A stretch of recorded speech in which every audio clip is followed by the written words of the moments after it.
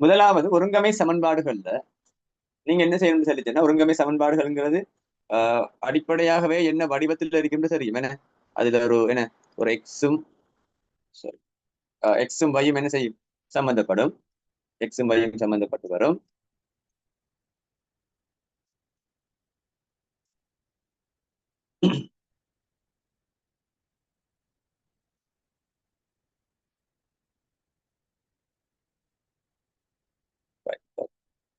X சக y சமன் 5, 2 X சக 3y சமன் 10, சமன்பாடு 1 சமன்பாடு 2 என்ன. இப்ப இது வந்துட்டு நான் ஒரு எழுமாறா எழுதியிருக்கேன். இந்த அமைப்புல இருந்தால் இவர் ஒருங்கமை சமன்பாடுன்னு தெரியும். ஏன்னா இப்ப இதுல நிறைய விஷயங்கள் வரும், அது எங்களுக்கு தேவையில்லை. இப்படி ஒரு அமைப்புல உருவாக்கக்கூடிய வரக்கூடிய சமன்பாடுகளுக்கு தான் பேர் என்ன, ஒருங்கமை சமன்பாடுகள். அதுல நம்மட வேலை என்ன, எக்ஸ் என்ன, எக்ஸுக்கு என்ன பெருமானம் வரப்போகுது, வைக்கு என்ன பெருமானம் வரப்போகுது, நாம் என்ன செய்யணும், கண்டுபிடிக்கணும். இந்த சமன்பாடுகள் தரப்பட்டு இதுல தீர்வுகளை கண்டுபிடிக்கிற வேலை வந்துட்டு நாம் என்ன செஞ்சிருக்கோம், 9ஆம் ஆண்டுலையும் பார்த்திருக்கோம், 10ஆம் ஆண்டுலையும் படிச்சிருக்கோம். சரியான இந்த 2 வகுப்புலையும் நாங்க என்ன செஞ்சிருக்கோம், நிறைய கேள்விகள் நாங்க பார்த்திருக்கோம். இப்ப என்ன பிரச்சனை இங்க எங்களுக்கு என்றால், இந்த 2 சமன்பாடுகளையும் பிள்ளைகள் ஒரு காலமும் நேரடியாக என்ன செய்ய மாட்டான், எங்கட ஃபைனல் எக்ஸாம்ல தரமாட்டான். என்ன சிலாக்களுக்கு இந்த சமன்பாடு உருவாக்குனா தீர்வு காண தெரியும். பிரச்சனை எங்க இருக்க போகுது, பெரும்பாலான ஆக்களுக்கு இந்த சமன்பாடு எப்படி உருவாக்குறான்னு சொல்றது தனியா இருக்க போகுது, இந்த பிரச்சனையாக இருக்க போகுது. சரிதானே. அப்ப இந்த சமன்பாடுகளை உருவாக்குறதுக்கு நாங்க என்ன செய்யணும்னு இதுல நாங்க பயன்படுத்த போற இந்த எக்ஸ் யாரு y யாருன்னு நாம என்ன செய்யணும்னா கண்டுபிடிக்கணும். எக்ஸ் யாருக்காக வேண்டி எக்ஸ் இந்த தெரியாக்கணியத்தை பாவிக்கான், யாருக்காக வேண்டி y செல்ல தெரியாக்கணியத்தை பாவிக்கான். இதை நாங்க முதலாவது என்ன செய்யணும், கண்டுபிடிக்கணும். இதை கண்டுபிடிக்கிறதுக்கு நாங்க என்ன செய்யறோம், கொஞ்சம் தெளிவாக நாம் என்ன செய்யணும், வாசிக்கணும். தரப்பட்ட கேள்வியை தெளிவா வாசிக்கணும். ஒரு பாடசாலை சுற்றாடல் சங்கத்தினால் ஒழுங்கு செய்யப்படும் மரங்களை நடும் நிகழ்ச்சி திட்டம் ஒன்றில் அப்பாடசாலையின் மாணவர்களும் ஆசிரியர்களும் பங்கு பற்றும் விதம் பற்றிய விவரம் பின்வருமாறாகும். இப்படி ஒரு ஆள் வாசிப்பாரு. சிலாக்கள் எப்படி வாசிப்பாங்க, ஒரு பாடசாலை சுற்றாடல் சங்கத்தினால் ஒழுங்கு செய்யப்படும் மரங்களை நடும். இந்த வாசிப்பு வந்துட்டு சரி வராது. என்ன ஒருல ஆரம்பிச்சு கடைசியில எழுதுகையில கொண்டு முடிச்சிங்கன்னு சொல்லிச்சேன்னா எதுவுமே என்ன செய்யாது, விளங்காது. இப்ப வாசிக்கிறத கொஞ்சம் நீங்க என்ன செய்யணும், பிரேக் பண்ணி கிரகிச்சு வாசிக்கணும். சரிதானே. இது மிக முக்கியமான விஷயம் வந்து இந்த பார்ட் 2 கேள்விகளுக்கு. இப்ப நீங்க எல்லாமே வசன கேள்விகளா தான் வரும். ஒரு பந்தி அமைப்புல தான் என்ன செய்யுது, எல்லா கேள்விகளும் வருது. நீங்க கடைசியா வந்து 24ஆம் ஆண்டு பேப்பர் எடுத்து பார்த்தாலும் என்ன செய்யும்னா பெரும்பாலும் எல்லாம் என்ன செஞ்சிருக்கு, பந்தி அமைப்புலாம் வந்துருக்கு. இப்ப இந்த விஷயத்த நாங்க என்ன செய்யணும், நீங்க தமிழ்ல வந்துட்டு நீங்க என்ன செய்யலாம், உங்களோட தமிழ் டீச்சர்ஸையும் என்ன செய்யலாம், தமிழ் சப்ஜெக்ட் கூடிய ஆக்கள்றையும் இப்படியல் பிரச்சனை வந்தா கொஞ்சம் அவங்க என்ன செய்யுங்க, அணுகு இந்த பந்தியில் இருக்கிற விஷயத்தை எப்படி விளங்கி கொள்றதை நீங்க என்ன செய்யுங்க, கொஞ்சம் கேட்டுக்கொள்ளுங்க. அது வந்து மெட்ஸ், அது கிரகித்து. ரைட். இப்ப பாருங்க, இதுல என்னத்தை பத்தி கதைக்குது இந்த கேள்வி. முதலாவது விஷயம், ஒரு சுற்றாட சங்கத்தினால என்ன செய்ய போறாங்க, மரம் நாட்ட போறாங்க. அது பற்றி என்ன செய்ய போறாங்க, சில விஷயங்கள் நமக்கு சொல்ல போறாங்க. இந்த மரம் நடுதல் செல்ற நிகழ்ச்சியில யாராரு பங்கு பற்ற போறாங்க, மாணவர்களும் ஆசிரியர்களும். பாருங்க, இந்த நம்ம ஆசிச்சத்துல இருந்து இவ்வளவு விஷயம் நமக்கு என்ன செஞ்சிருக்கணும், நம்மளோட பேச்சு வழக்குல நமக்கு விளங்கியிருக்கணும். இந்த கேள்வி என்னத்தை பத்தின கேள்வி, இது ஒரு மரம் நாட்டுற விஷயத்தை பத்தின கேள்வி. ரைட். இதுல யாராரு பங்கு பெற்றுறாங்க, மாணவர்களும் ஆசிரியர்களும். இது கேள்விக்கு இப்ப எங்களுக்கு இதுக்கு மார்க்ஸ் இருக்கான்னு கேட்டா இல்ல. ஆனா இது விளங்குனாதான் நீங்க என்ன செய்யலாம் பிள்ளை, இந்த கேள்வியை கொண்டு போகலாம். பாருங்க, ஒவ்வொரு பிள்ளையும் ரூபாய் 150ஐயும் ஒவ்வொரு ஆசிரியரும் ரூபாய் 500ஐயும் இட்டு, ஒவ்வொரு பிள்ளையும் 150ஐயும் ஒவ்வொரு ஆசிரியரும் ரூபாய் 500ஐயும் இட்டு மொத்த பணம் ரூபாய் 16,500 சேர்க்கின்றனர். பின்னர் அப்பணத்தை கொண்டு 330 மரக்கன்றுகள் வாங்கப்பட்டு அவை எல்லாம் ஒவ்வொரு பிள்ளைக்கும் 5 கன்றுகள் வீதமும் ஒவ்வொரு ஆசிரியருக்கும் 2 கன்றுகள் வீதமும் நடுவதற்காக விநியோகிக்கப்பட்டன. முதல் தரம் வாசிச்சிருக்கோம். பெரும்பாலும் இதுல என்ன முழுமையான விஷயங்களுக்கு விளங்கியிருக்காது. இருந்தாலும் நீங்க என்ன செய்யுங்க, முதலாவது தரம் என்ன செய்யுங்க, வாசிச்சுட்டு வந்துட்டு பாருங்க, எக்ஸ் யாரு y யாருன்னு இவன் ஏதாவது வரத்துக்கு கழிச்சிருக்கானு பார்ப்போம். ஒருங்கமை சமன்பாட்டு சோடு ஒன்றை உருவாக்கி அவற்றை தீர்ப்பதன் மூலம் மாணவர்களின் எண்ணிக்கையையும் ஆசிரியர்களின் எண்ணிக்கையையும் காண்க. இப்ப யார காண செல்றான், என்னத்தை காண செல்றான்னு சொன்னா மாணவர்களின் எண்ணிக்கையையும் ஆசிரியர்களோட எண்ணிக்கையும் காணுங்கன்னு சொல்லி சொல்றான். ரைட். அப்ப நம்ம காண வேண்டிய ஆள் யாரு, இந்த மாணவர்களோட எண்ணிக்கை, இவரை நாங்க என்னன்னு சொல்லலாம், எக்ஸ் என்னுவோம்.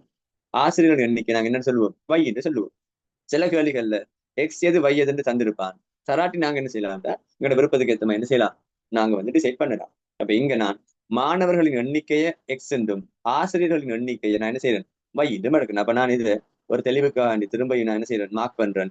எக்ஸுங்கிறது மாணவர், என்ன வைங்கிறது யாரு, ஆசிரியர் எண்ணிக்கை. ஆசிரியர் எண்ணிக்கை நான் என்ன செய்யறேன், மார்க் பண்ணி வைக்கிறேன். இப்ப நான் என்ன செய்ய போறேன், திரும்ப ஒரு ரவுண்ட் எடுத்து வருவோம். இதை வாசிப்பேன். ஒவ்வொரு பிள்ளையும் ரூபாய் 150ஐயும் ஒவ்வொரு ஆசிரியரும், அப்ப என்ன மாணவருக்கு நேரம் தான் அந்த 150ங்கிற விஷயம் வருது, ஆசிரியருக்கு நேரம் என்ன வருது, 500 விஷயம் வருது. இதெல்லாம் சேர்த்து எவ்வளவு வருதுதான், 16,500 ரூபாய். இதாக முக்கியம் பிள்ளை. இந்த கேள்விகளுக்கு, இந்த கிரகித்தல் கேள்விகளுக்கு இதாக முக்கியம். அந்த முழு பந்தியையுமே நாங்க என்ன செஞ்சிட்டோம், ஏன்னா ஒரு 2 வரிக்குள்ள கொண்டாந்து எழுதியிருக்கோம். ரைட். அப்ப இதுல இருந்து பாக்குற ஒரு ஆளுக்கு விளங்கும், ஆளுக்கு 150 ரூபாய் போட்டு என்ன எக்ஸ் மாணவர்கள், ஆளுக்கு 500 ரூபாய் போட்டு வை ஆசிரியர்கள், என்ன மொத்தமாக எவ்வளவு சேர்க்காங்க, 16,500 செய்யறாங்க சேர்க்காங்க. அப்ப ஆளுக்கு 150 ரூபாய் போட்டா என்ன 10 மாணவர்கள் இருந்தா என்ன செய்வோம், 150 10 பெருக்குவோம். என்ன 20 மாணவர் இருந்தா என்ன செய்வோம், 150 20 பெருக்குவோம். என்ன நம்ம கிட்ட எத்தனை மாணவர்கள் இருக்காங்க, எக்ஸ் மாணவர்கள் இருக்காங்க. அப்ப நான் என்ன செய்ய போறேன், நான் 10 பெருக்கன்னு நினைச்ச மாதிரி 20 நினைச்ச மாதிரி யாரால பெருக்க போறேன், எக்ஸ் ஆல பெருக்க போறேன். அப்ப 150 எக்ஸ் ஆல பெருக்குனேன். பெருக்குன்னு என்ன வரப்போகுது, பிள்ளைகள் போட்ட மாணவர்கள் போட்ட காசுட மொத்த தொகை என்ன செய்யும் வரும். இதையும் ஒரு ஆசிரியர் 500 ரூபாண்டா 10 பேர் இருந்து என்ன செய்வேன், 500 10 இருக்கு. இங்க 10 பேரா இருக்காங்க, இல்ல வையாக்கள் இருக்கு, என்ன வை பேர் இருக்கா. ஆகவே 500 தரவை இப்ப 2 பேரும் போட்ட காசையும் கூட்டுனா எவ்வளவு வருதுதான், 16,500 ரூபாய் வருதுதான். இதான் எங்களுக்கு தேவையான முதலாவது சூத்திரம், முதலாவது சமன்பாடு தானே வேணும் எங்களுக்கு. எடுத்துட்டேன். பாருங்க பிள்ளைகள், ஒரு கதை மாதிரி என்ன செய்யுங்க, அன்றாட நடக்கிற ஒரு விஷயம் அதே பாணியில அதே அமைப்புல விளங்குனாத்தான் எழுதலாம். ஒரு கேள்வியாக பார்த்தோம்னா கஷ்டம், இது செய்ய இயலாது. ரைட். எங்க வரைக்கும் வந்து நிக்கிறாங்க, 16,500 ரூபாய் காசு சேர்க்காக. இது என்ன வளமையா நம்மள்ட்ட என்ன அன்றாட வாழ்க்கையில நடக்கிற விஷயங்கள். நாம ஒரு சாப்பாடு வாங்குறதுக்கு, ஒரு சாமான் வாங்குறதுக்கு என்ன செய்யறோம், உள்ள டீச்சர்ஸ் எல்லாம் சேர்ந்து நாம காசு போட்டு வாங்குறோம். எவ்வளவு காசு சேர்க்கும், 16,500 நினைஞ்சிருக்கோம், சேர்த்திருக்கோம். எப்படி சேர்க்கும், பிள்ளைகள மொத்த காசும் சேர்மாற மொத்த காசும். ரைட். அப்பணத்தை கொண்டு 330 மரக்கன்றுகள் வாங்கப்பட்டு அவை எல்லாம் ஒவ்வொரு பிள்ளைக்கும் 5 கன்றுகள் வீதம். இப்ப என்ன அதே நேருக்கு எழுதுவோம். என்ன 5 கன்றுகள் பிள்ளைக்கு, என்ன 2 கன்றுகள் வந்துட்டு யாருக்கு, ஆசிரியரு கொடுத்து முடிக்கும். என்ன வீதமும் நடுவதற்காக விநியோகிக்கப்பட்டன. மொத்தம் எவ்வளவு, 330 கன்றுகள். இப்ப ஒரு பிள்ளைக்கு 5 கன்றுகள் கொடுத்தா பிள்ளைகள் 10 பிள்ளைகள் இருந்தா நான் என்ன செய்வேன், எத்தனை கன்று கொடுத்துருப்பேன். உங்களுக்கு விளங்கிட்டு என்னண்டா, பிள்ளைகளுக்கும் ஆசிரியருக்கும் கொடுத்த மொத்த கன்றுகள் தானே எவ்வளவு, பிள்ளைகளுக்கு கொடுக்கப்பட்டதும் ஆசிரியர்களுக்கு கொடுக்கப்பட்டதுமான மொத்த கன்றுகள் தான் எத்தனை, 330. மொத்த எண்ணிக்கை 330. என்ன பிள்ளைகளுக்கு மொத்தம் எத்தனை கன்றுகள் கொடுத்துருப்போம், எப்படி கண்டுபிடிக்கிற, ஒரு பிள்ளைக்கு 5ண்டா 10 பிள்ளை இருந்தா என்ன செய்வேன், நான் 10 அளவு இருக்குவேன். 20 பிள்ளை இருந்தா 5 20 அளவு இருக்குவேன். என்ன எத்தனை பிள்ளைகள் இருக்கு, எக்ஸ் பிள்ளைகள் இருக்கு. என்ன அப்ப நான் என்ன செய்ய போறேன், 5ஆல எக்ஸால நான் என்ன செய்ய போறேன், பெருக்க போறேன். சக இங்க என்ன வரப்போகுது, என்ன வரப்போகுது, 2 மை வரப்போகுது. ஏன், ஒரு சேருக்கு 2 கொடுப்போம். என்ன 5 சேர்மாறு இருந்தா 5 தர 2, 10 சேர்மாறு இருந்தா 10 தர 2, வை சேர்மாறு இருக்காங்க. ஆகவே வை தர 2, அது எத்தனை 2 வை. 2ஐயும் கூட்டினோம்னா என்ன வரும், 330 வரும். 2வது சூத்து பாருங்க புள்ளி. என்ன நமக்கு இப்படியான அமைப்புல ஒரு ஆள் தானே தேவைப்பட்டாரு. எக்ஸ் என்ன எக்ஸ் வை எல்லாம் கூட்டுப்பாட்டோ கழிப்பாட்டோ இப்படி ஒன்று வரணும். ரைட், வந்திருக்குது. 2வது என்ன செய்யணும், ஒரு சமன்பாடு வரணும். அதுலயும் என்ன செய்யணும், எக்ஸ் மிதிக்கணும், வை மிதிக்கணும். 2வது நாங்க என்ன செஞ்சிருக்கோம், ஒரு சமன்பாடு எடுத்துட்டோம். அப்ப இந்த அமைப்புல எங்களுக்கு என்ன செஞ்சுட்டு இப்ப சமன்பாடு வந்துட்டு என்ன அர்த்தம், நாம முதல் விஷயத்தை முடிச்சுட்டோம். முதல் விஷயம் என்ன, சமன்பாடு உருவாக்கி இருக்கோம். என்ன அப்ப இன்னும் நீங்க இதை அழகா எழுதி கொள்றோம். என்ன செய்யலாம், முதலாவது சமன்பாடு நான் திரும்ப அப்படி எழுதுறேன். 150 எக்ஸாக 500 ரூபாய் சமன் 16,500. முதலாவது சமன்பாடு 5 எக்ஸாக 2y சமன் 330. 2ஆம் சமன்பாடு. இதுக்கே பிள்ளைங்களுக்கு கிட்டத்தட்ட என்ன செய்யும், 2 மார்க்ஸ் தான் கிடைக்க போகுது. இந்த முதலாம் சமன்பாட்டுக்கு ஒரு மார்க்ஸ் வரும், 2ஆவதுக்கு ஒரு மார்க்ஸ் வரும். 2 மார்க்ஸ் என்ன செஞ்சுட்டோம், நாங்க எடுத்திருக்கோம். அப்ப இன்னும் நிறைய வேலைகள் இருக்கு. இதுக்கான தீர்வுகள் நாம் என்ன செய்யணும் பிள்ளைகள், காணணும். இதுக்கான தீர்வுகள் நாங்க என்ன செய்யணும், காணும். சரிதானே, ரைட் ரைட். இதுல தீர்வு காண்றதுக்கு நாங்க என்ன செஞ்சால் சில ஸ்டெப்ஸை நாங்க என்ன செஞ்சிருக்கோம் பார்த்துருக்கோம். முதலாவது நான் என்ன செய்ய போறேன், இந்த முதலாம் சமன்பாட்டை என்ன ஒரு எளிய சமன்பாட்டுக்கு மாத்தலாம்னு நினைக்கிறேன். என்ன அதாவது யார 150x ஆக 500y சமன் 16,500 இருக்குதானே. இதுல நாங்க என்ன செய்யலாம்? எளிய சமன்பாடா மாத்துறேன்டா. முதல்ல எல்லாருலயும் இருந்து ஒரு பூஜ்ஜியத்தை செஞ்சிடும், கட் பண்ணுவோம். ரைட், திரும்ப நாங்க பார்க்கலாம்.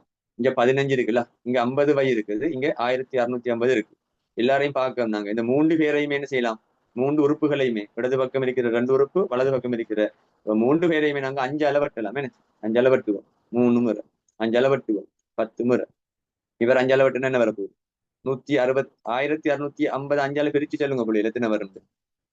வேகமாக சொல்லுங்க பாப்போம். 1650 5ஆல பிரிச்சா எத்தனை வரும்?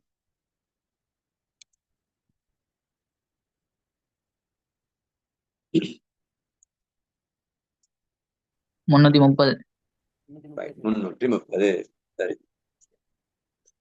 சோ இது நான் என்ன செய்யறேன்? எளிய வடிவத்தில் எழுது. வேற ஒன்றுமே செய்யல. நாம தரப்பட்ட சமன்பாடு என்ன செய்யறோம்? எளிய வடிவத்துல எழுதிட்டு என்ன நம்மட பழைய ஒரு முதலாம் சமன்பாடு தான். 5x ஆக 2y சமன் என்ன 30 330 வருது. இப்ப என்ன இப்ப பார்க்க போறோம் என்னடா, இதுல நீங்க ஒருங்கமை சமன்பாடுகள் தீர்க்கிறதுக்கு நீங்க என்ன முதலாவது என்ன செய்யணும்னு சொல்லிச்சுன்னா, குணகம்ட ஒன்று இருக்கு. குணகம்ட ஒன்று விளங்கி கொள்ளணும். குணகம்ங்கிறது என்ன? எக்ஸுக்கு முன்னுக்கு என்ன வந்திருக்கு, என்ன வைக்கு முன்னுக்கு என்ன வந்திருக்கு. முதலாம் சமன்பாட்டுல எக்ஸுக்கு முன்னுக்கு என்ன வந்திருக்கு? 3. முதலாம் சமன்பாட்டுல வைக்கு முன்னுக்கு என்ன வந்திருக்கு? 10. ரெண்டாம் சமன்பாட்டுல எக்ஸின் குணகம் என்ன? 5. ரெண்டாம் சமன்பாட்டுல வையின் குணகம் என்ன? 2. இப்ப இதுல நீங்க திரும்ப யோசிங்க பிள்ளைகள், சரியானே? எக்ஸ் வந்துட்டு ரெண்டு சமன்பாடுகளையுமே ஒரே மாதிரி இருக்கா? இல்ல. வை இருக்கா? வையும் இல்லை. அப்ப நீங்க என்ன செய்யணும்டா, நீங்க விரும்பின யாராவது ஒரு ஆள் என்ன செய்யலாம்டா, ரெண்டுலையுமே என்ன செய்யும்? ஒரே மாதிரி, ஒரே அளவு வார மாதிரி, ஒரே எண்ணிக்கையில வார மாதிரி நீங்க சமப்படுத்தலாம். இது எப்படி சமப்படுத்துறோம் நாங்க வளமையாக? இப்ப மூணையும் 5ஐயும் நாங்க எதுல கொண்டு சமப்படுத்தலாம்? என்ன செய்யணும் அப்படின்னா, போமசி காணணுமே. நம்ம 3க்கும் 5க்கும் போமசி என்ன வரும்? 15 வரும். அப்ப நீங்க 3 5ஆல பெருக்கணும், 5 3ஆல பெருக்கணும். அப்ப இங்க நமக்கு என்ன செய்யுது? 2 வேலை இருக்கு. ரைட். 10க்கும் 2க்கும் போமசி என்னன்னு பாப்பீங்க. 10க்கும் 2க்கும் போமசி என்ன? 10. அப்ப 10க்கும் 2க்கும் போமசி 10 என்றால் 10 நீங்க திரும்ப ஒன்றும் செய்ய தேவையில்லை. ஆனா 2 மட்டும் எத்தனையால பெருக்கினா காணும்? 5ஆல பெருக்கினா காணும். அப்ப இங்க எனக்கு எக்ஸ நான் சமப்படுத்த போக 2 வேலை வந்துச்சு. ஏன்னா 2 பேரை நான் என்ன பெருக்கணும்? வைய சமப்படுத்த போக எனக்கு ஒரு வேலை தான் இருக்கு. யாரை மட்டும் பெருக்கினா காணும்? 2 மட்டும் பெருக்கினா காணும். 2 எத்தனையா மாத்த போறேன்? 10ஆ மாத்த போறேன். அப்ப நான் இவரை 10ஆக மாத்துறதுக்கு என்ன செய்ய போறேன்டா? 5ஆல பெருக்கணும். ஆனா இவரை மட்டும் பெருக்கலான்னு சொல்றதுனால 2வது சமன்பாட்டுல இருக்கிற எல்லாரையுமே, எல்லா உறுப்புகளையுமே 5ஆல பெருக்கிடுவோம். ஆகவே என்ன 5x நான் 5ஆல பெருக்கணும்னா என்ன வரும்? 25x ஆக 10y சமன் என்ன 330. நாங்க திரும்ப என்ன செய்யணும்? 5ஆல என்ன செய்யணும்? பெருக்கணும். என்ன பெருக்கணும்? என்ன வரப்போகுது? 1650 என்ன செய்ய போகுது? வரப்போகுது. இதை நாங்க என்ன செய்யலாம்? 3ஆம் சமன்பாடு என்று பேர் வைக்கலாம். ரைட். இப்ப நாங்க யாரை சமப்படுத்தியிருக்கோம்? வைய சமப்படுத்திருக்கோம்னு சொல்லிச்சோன்னா, ரைட், நாங்க சமப்படுத்தின ஆட்கள், அதாவது சமப்படுத்தினவர் குறியீடுகளை பாருங்க 2 சமன்பாட்டுலையுமே. ஏன்னா இப்ப எங்களுக்கு இவரு என்ன செய்ய மாட்டாரு? விஷயத்துல இருக்க மாட்டாரு. இவரை நாங்க என்ன இன்னொரு ஆளா மாத்திட்டோம். சரியானு? இப்ப நாங்க யாரால பார்க்க போறோம்? முதலாவதுலையும் 3ஆவதுலையும் பாருங்க, வையின்ற குறியீடு என்ன? வையின்ற குறியீடு என்ன? இங்கேயும் நேர் இருக்கு, இங்கேயும் நேர் இருக்கு. அப்ப ஒரே குறியீடுகள் இருந்தா நீங்க என்ன செய்யணும்டா? சமன்பாடுகளை ஒன்றுல இருந்து ஒன்று கழிக்கணும். இது ஒரு ஞாபகப்படுத்தல் தானே, ஏற்கனவே படிச்சிருப்பீங்க நீங்க. ஒன்றுல இருந்து ஒன்று கழிக்கணும் என்ன? 3ஆவது சமன்பாட்டுண்ட இடது பக்கத்தில் இருக்கிற ஆக்கள் யாரு? இவர்ல இருந்து முதலாம் சமன்பாட்டுல இடது பக்கத்தில் இருக்கிற ஆக்கள் யாரு? இவர். என்ன செய்யணும்? கழிக்கணும். அதே போல 3ஆம் சமன்பாட்டுல வலது பக்கத்தில் இருக்கிற ஆள்ல இருந்து முதலாம் சமன்பாட்டுல வலது பக்கத்தில் இருக்கிற ஆளை கழிக்கணும். ரைட். அப்ப இங்க கழித்தல் வந்திருக்கு. மிக கவனமாக கையாளணும். என்ன செய்யணும்? முதல்ல அடைப்புகளை இல்லாம செய்வோம். எப்படி செய்யற? 25x சக 10y சயவால அடைப்புன்னு இருக்கு. சய 3x சய 10y சமன். இதுக்கு விட என்ன வரப்போகுது பிள்ளைகள்? 1650 330 கழிச்சம் என்றால் என்ன வரும்? 0 2 1320 வரும். ரைட். இப்ப என்ன செய்யலாம்? 10y என்ன செஞ்சிடும்? இல்லாம போகும். 4 என்னண்டு வரப்போகுது? 22x சமன் 1320 வரும். 22x சமன் 1320 என்றால் எக்ஸ் சமன் என்ன இருக்கணும்? 1320 22ஆல பிரிங்க. சரியா? நாங்க என்ன செய்யலாம்? கொஞ்சம் பெருசா இருக்கிறதுனால 2 வரையும் 2ஆல கட் பண்ணுவோம். 11. இவர் 2ஆல கட் பண்ண என்ன வரப்போகுது? 660 வரும். இப்ப பாருங்க 660 11ஆல பிரிக்கணும். என்ன 11ஆல கட் பண்ணா ஒரு முறை, இங்க என்ன முறை 6 முறை. ஆகவே எக்ஸ் சமன் என்னண்டு வரும் 60 வரும். எக்ஸ் என்றால் யாரு மாணவர்களின் எண்ணிக்கை என்னென்று கண்டுபிடிச்சிட்டோம் 60 கண்டுபிடிச்சிட்டோம். இப்ப நாங்க என்ன செய்யலாம் எங்கள்கிட்ட என்ன இந்த 1 2 3 சமன்பாடுகள்ல விரும்பிய ஒரு சமன்பாட்டுல எக்ஸை கொண்டு போய் பிரதிட்டு செய்யுங்க. நான் 2ஆம் சமன்பாட்டை எடுக்கணும். அது கொஞ்சம் என்ன சின்ன சமன்பாடு போல விளங்குதானே. இந்த 2ஆம் சமன்பாட்டுல கொண்டு வந்து என்ன செய்யறோம் இந்த விடைகளை பிரதியீடு செய்வோம். 5 தர 60 சாக 2y சமன் 330, 2y சமன் 330, 5 தர 60 300. இங்கால வந்து கழிப்படும் சமன்பாட்டு அடுத்த பார்க்கும். ஆகவே 2y சமன் பிள்ளைகள் 30, y சமன் 15. இன்னும் நீங்க தெளிவாக எழுதணும் எப்படி எக்ஸ் சமன் 60, y சமன் 15. நீங்க என்ன செய்யுங்க இப்படி ஒரு அமைப்புல போட்டு காட்டுங்க. ரைட். ஆகவே உங்களோட கேள்விக்கு வாங்க. ஒருங்கமை சமன்பாட்டு ஜோடி ஒன்றை உருவாக்கி அவற்றை தீர்ப்பதன் மூலம் மாணவர்களின் எண்ணிக்கையையும் ஆசிரியர்களின் எண்ணிக்கையையும் காண்க. என்ன வரும் அப்ப இந்த நாங்க என்ன கண்டுட்டோம். என்ன நீங்க இன்னும் அழகா எப்படி எழுதலாம் மாணவர்களின் எண்ணிக்கை 60, ஆசிரியர்களின் எண்ணிக்கை 15 ஆகும் என்ன செய்யலாம் நீங்க எழுதலாம். இவ்வளவுதான் இந்த ஒருங்கமை சமன்பாடுகள் சொல்ற கேள்வியில் என்ன வரக்கூடிய விஷயம். மாணவருக்கும் ஆசிரியருக்கும் கொடுக்கப்பட்ட கன்றுகளின் எண்ணிக்கை மிச்சமாக இருக்கு. ஏன்னா கொடுத்தது பிறகு பார்க்காங்க எஞ்சி இருக்கு. எஞ்சி இருக்குன்னு என்ன அர்த்தம் கொடுக்கப்பட்ட மொத்த கன்றுகளோட எண்ணிக்கை 330 எப்படி இருக்கு குறைவாக இருக்கு. ரைட். அப்ப எங்களுக்கு ஏற்கனவே தெரியும் ஒரு மாணவனுக்கு பி கன்றுகள் கொடுத்தால் 60 மாணவர்கள் இருந்து எத்தனை கொடுப்பட்டிருக்கும் 60 பி சக ஒரு ஆசிரியருக்கு கியூ கன்றுகள்டா 15 ஆசிரியர்களுக்கும் 15 கியூ என சிறியது 330 வரும். இதுக்கு உங்களுக்கு ஒரு 2 மார்க்ஸ் இருக்கு பிள்ளை. ஏற்கனவே நீங்க செய்ததுக்கு 8 மார்க்ஸ் இருக்கு, இதுக்கு 2 மார்க்ஸ் இருக்கு. சரிதானே. இப்ப இந்த அமைப்புல தான் என்ன செய்ய போகுதுன்னா உங்களோட கேள்விகள் வந்துட்டு வரப்போகுது. இப்ப நாம செய்த இந்த கேள்வி வந்துட்டு நான் நினைக்கிறேன் 2016 நினைக்கிறேன் 2016 ஆண்டு வந்த கேள்வி. ஒருங்கமை சமன்பாடுகள் தொடர்பான கேள்விகள்ல 2016 வந்த கேள்வி நாங்க என்ன செஞ்சிருக்கோம் இப்ப வந்து பார்த்துருக்கோம். சரிதானே. ரைட். இப்ப அடுத்த செஷன்ல நாங்க என்ன செய்யலாம் இன்னும் ஒரு கேள்வியோட பார்க்கலாம். சரிதானே.